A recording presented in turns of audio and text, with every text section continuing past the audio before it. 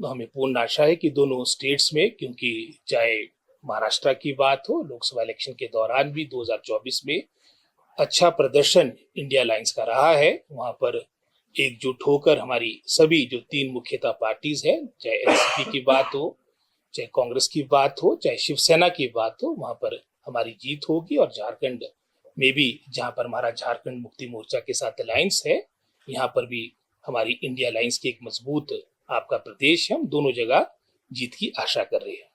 वायनाड से प्रियंका गांधी को दिया गया है, आपको क्या लगता है? ये एक, मैं समझता हूँ, हिमाचल की नहीं पूरे राष्ट्र की राजनीति में एक टर्निंग पॉइंट होगा और निश्चित रूप में रिकॉर्ड तोड़ वोटों के साथ प्रियंका जी केरला से, वायनाड से चुनाव जीतेगी। कंसोलिडेशन आज मैं समझता हूँ मात्र किसी एक प्रदेश की नहीं, एक पूरे राष्ट्र की आवश्यकता है कि हम अपने मौजूदा अपने शिक्षा क्षेत्र के इंफ्रास्ट्रक्चर को और से दृढ़ करें, स्ट्रेंथन करें। और इसके लिए मात्र हिमाचल प्रदेश नहीं, हर प्रदेश सरकार प्रयास कर रही है। और विशेषकर अगर हम पूरे राष्ट्र की बात की, इसकी शुरुआत गुजरात में हुई थी आज से कोई 10 वर्ष पूर्व, और उसके उपरांत चाहे कोई स्टेट हो, चाहे किसी भी पार्टी की मैं समझता हूँ सरकार हो, सभी अपनी शिक्षा व्यवस्था को कंसोलिडेट कर रही है, स्ट्रेंथन कर रही है। और उसी सोच के साथ मैं समझता हूँ हिमाचल प्रदेश में भी हमने कुछ स्कूल्स को मर्ज किया है। और इसमें भी अगर हम टोटल पिछले वर्ष और इस वर्ष की स्कूलों की संख्या ले, वो लगभग 1100 के आसपास बनती है। और 1100 में से भी 400 स्कूल ऐसे थे जहां पर एक भी बच्चा नहीं था।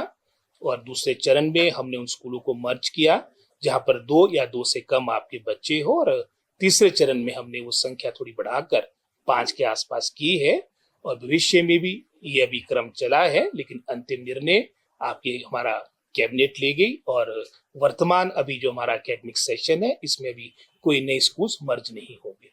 शिक्षा क्षेत्र में फैसला हाईकोर्ट ने सुनाया है। जहां तक जैसे आपने पूर्व प्रत्याशी की बात की है, चेतन बरागटा जी की बात कही है, अतीत में भी अगर आप देखेंगे पूरा उनका जो 4 वर्ष का, विशेषकर 2021 के बाद जब आप इंडिपेंडेंट फर्स्ट टाइम चुनाव लड़े थे, तो जो उनकी मैं समझता हूँ एक व्यक्तित्व है, एक कुंठित व्यक्ति के रूप में उनका एक व्यक्तित्व बन चुका है। तथ्यहीन बयानबाजी, अनाप शनाप बोलना, मर्यादा से परे बात करना, वो उनका एक व्यक्तित्व बन चुका है। और जहां तक मैं समझता हूँ जुब्बल नावर कोटखाई विधानसभा क्षेत्र की बात आती है, हर दृष्टिकोण से निरंतर विकास के पथ पे हमारा चुनाव क्षेत्र आगे बढ़ रहा है। और निश्चित रूप में जो उन्होंने आरोप लगाए वो पूर्ण रूप से निराधार है और राजनीति से प्रेरित है।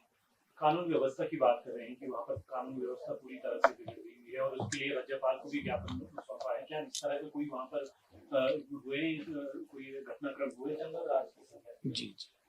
उल्टा चोर कोतवाल को डांटते। और अगर आप देखेंगे अतीत में इनका इतिहास रहा है, क्योंकि जो एक तरह से मैं समझता हूँ लॉ एंड ऑर्डर का प्रतीक होता, पुलिस स्टेशन होता है, राजनीति के लिए किसी भी स्तर पे जा सकते। मुझे याद है जब गुड़िया का प्रकरण हुआ था, उस वक्त इन्हीं लोगों ने, इनकी पार्टी के लोगों ने पुलिस थाना आपका कोटखाई किस तरह जलाया गया कि उसका लाभ इनको 2017 के विधानसभा चुनाव में मिले। उस सोच के साथ पूरे प्रदेश में एक मुहिम चलाई गई थी। और इस तरह के अनेकों उदाहरण आपको देखने को मिलेंगे। और जहां तक जो उन्होंने बातें संज्ञान में लाई है, वो सारे के सारे मामले में समझता हूँ कहीं पर बच्चों की आपस में लड़ाई झगड़ों की बातें हैं, कहीं पर आपकी हमारी जो स्थानीय लेबर है उनकी लड़ाइयां हैं, उसमें कांग्रेस बीजेपी लाकर अपनी राजनीतिक रोटियां सीखने का प्रयास कर रहे हैं। और आने वाले समय को लगता है कहीं चेतन बरागटा जी जो पति पत्नी के बीच में इस तरह की छोटी मोटी लड़ाइयां होते हैं, उसको भी वो कहीं ना कहीं राजनीति से जोड़ेंगे। तो मेरा तो यही उनको राय रहेगी कि सकारात्मक पॉलिटिक्स करे। और कहीं ना कहीं उनकी बयानबाजी भी मुझे कंगना रनौत जी के साथ में मिलती जुलती लगती है। और पैसे वैसे भी ज्यादा गंभीरता से मैं उनके बयानों को लेता नहीं। कर्मचारियों को उदाहरण के तौर पे जो परसों का ही प्रकरण की बात करें, वहां तो जो हमारे जेई थे नगर पंचायत में, उनके कार्यकर्ताओं ने उनके साथ बदसलूकी की, मारपीट की।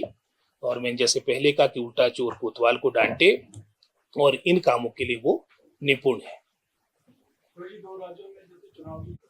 आप जानते हैं मैडम कि जो निर्णय हमारी प्रदेश सरकार ने लिया है एज पर एनईपी गाइडलाइंस लिया था, शौक तो किसी को नहीं था किस तरह का निर्णय ले, और पूरे भारतवर्ष में अधिकतर स्टेट्स ने इसको अडॉप्ट कर लिया था। अब ये जो 2 दिन पहले अभी कोर्ट का फैसला आया है, इसको हम एग्जामिन करेंगे, उसके उपरांत हम इसमें आगामी कार्रवाई करेंगे। नई शिक्षा नीति पर गाइडलाइन सही से फॉलो नहीं की गई है, ये भी हाईकोर्ट की ओर से। सारी बातों को जैसे मैंने पहले कहा कि कोर्ट का ऑर्डर जैसे ही प्राप्त होगा हर दृष्टिकोण को एग्जामिन किया जाएगा, उसके अनुरूप ही आगामी कार्रवाई की जाएगी। स्पेशल एजुकेटर्स की भर्ती कब तक हो पाएगी? कुछ आरएड भी रूल्स इसमें बनाए गए हैं, लेकिन क्वालिफिकेशन को लेकर कुछ सवाल उठा रहे हैं।